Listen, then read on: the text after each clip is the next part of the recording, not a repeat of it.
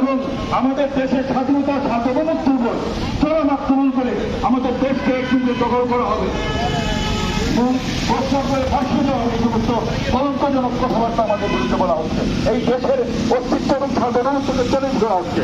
আমরা এখন এখান থেকে সামনে চৌমুহনা পর্যন্ত একটি মিছিল করে যাব এবং সেখানে আপনারা যারা এসেছেন বিভিন্ন মুসলিম এবং বিভিন্ন সামাজিক সংগঠনের অনেক নেতৃবৃন্দ এখানে এসে শরিক হয়েছেন, ইসলামপ্রিয় এখানে যারা মুসলিমরা এসেছেন আপনারা ওখানে কথা বলবেন, দু একটি কথা সবাই বলে শরিক হবেন।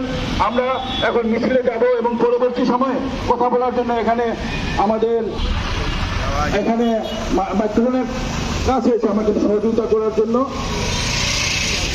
আমরা আপনারা যদি বলেন তাহলে আমরা মিছিল করে চৌমুনায় চলে যাই, ওখানে গিয়ে আমরা 2-4টি কথা বলবো। সরকারের মুসল্লিবিদ্যাকে আমরা আহ্বান করছি আজকের এই প্রোগ্রামে শরিক হওয়ার জন্য সবাইকে, মানে সকল মুসল্লিয়ানকে আমরা আজকের এই প্রোগ্রামে আজকের বিক্ষোভ মিছিলে আমাদের প্রত্যেকের ইমানি দায়িত্ব, এটা একটা মানবিক ইস্যু, আমরা সবাই অংশগ্রহণ করবো। খুবই সংক্ষিপ্ত সময়ের জন্য প্রোগ্রামটি অনুষ্ঠিত হবে, এজন্য আমরা আশা করি যে কেউ এই প্রোগ্রামটি মিস করবেন না।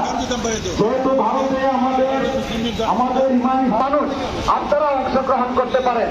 আজকের এই প্রোগ্রামটি আমরা সর্বস্তরের মানুষের অংশগ্রহণের মাধ্যমে এটা একটি সফল প্রোগ্রাম করব।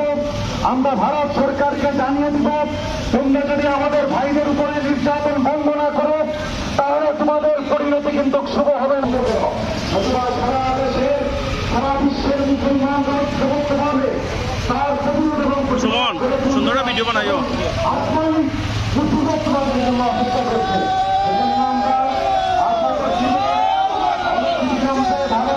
তাদের এই সব হত্যার আচরণ, তাদের সেই সব হিংস্র আচরণ তারা বন্ধ করবে এবং তারা যেভাবে নির্যাতন করছে মুসলমানদেরকে সেই সব নির্যাতন থেকে তারা বের হয়ে আসবে বলে আমরা বিশ্বাস করি। সবাই অংশগ্রহণ করবেন, কেউ প্রোগ্রাম থেকে মিস করবেন না। আমরা খুব কম সময়ের মধ্যে আমরা আমাদের প্রোগ্রামটি শেষ করবো, এই জন্য সবাইকে অংশগ্রহণ করার জন্য আমরা দ্রুতভাবে